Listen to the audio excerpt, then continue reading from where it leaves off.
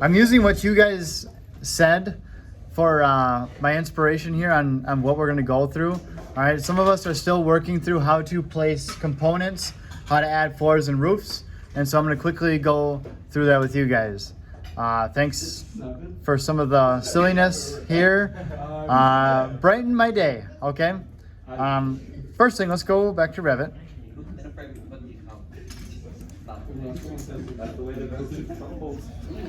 Here's my home. If I can we please stop this crosstalk? Thank you. All right, we're looking at my home, very proud of it. All right, but I don't have a floor and I don't have a roof. Okay, so if you're sitting here as well, what I recommend you do is work inside level 1. Okay, if you've forgotten where that is, you can go and just double click on level 1. I'm then gonna go into architecture. Let's start with the floor. And now you see it kind of goes a little bit blue back here. I'm gonna select each one of the walls. Once I've got all the walls selected, I hit the green button. What? Oh, Revit hates me. What's going on?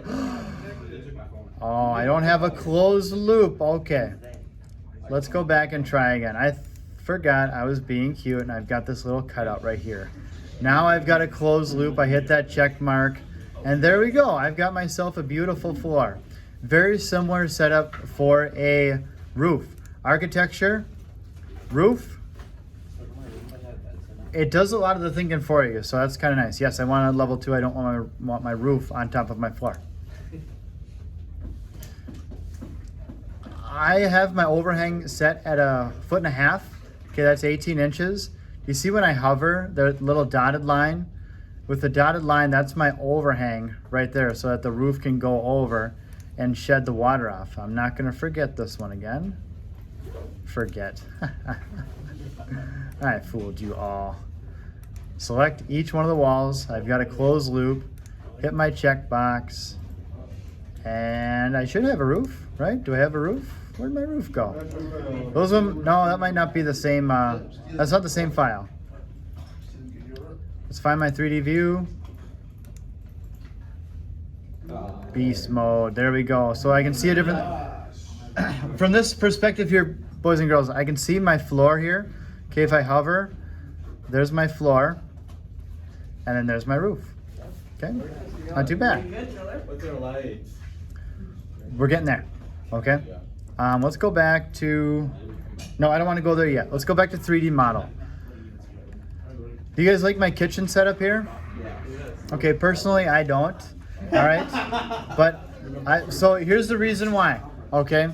Revit is great for creating homes, all right, and it gives you an idea of where those components are.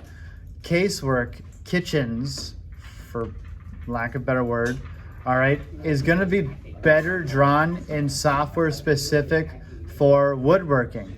This is where it's kind of nice that you got woodshop teacher teaching your engineering class, because this doesn't give us any kind of a 3D model. It doesn't give us any kind of a cut list to create this cabinet.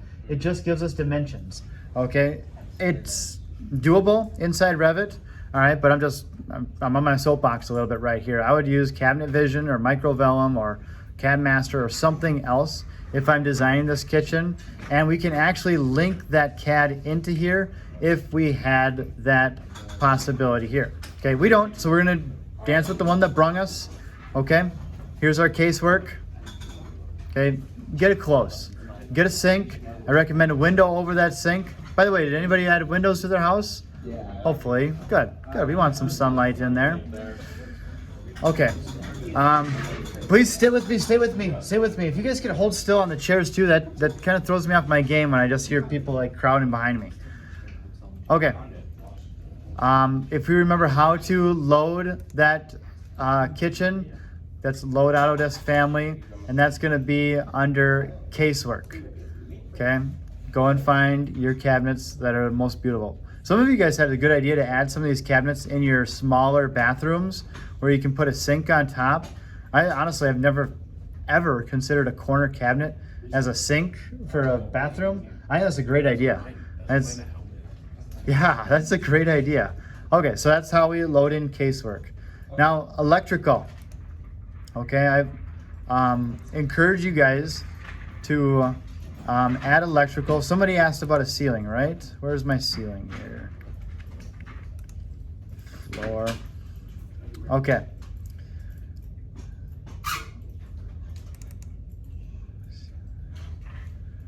Mine might not be there. Let's see here.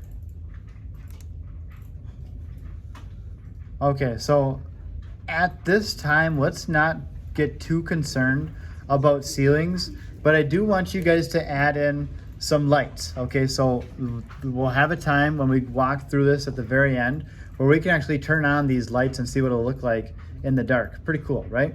But we got to have the lights first to actually do it. You insert these lights the exact same way we did the cabinets.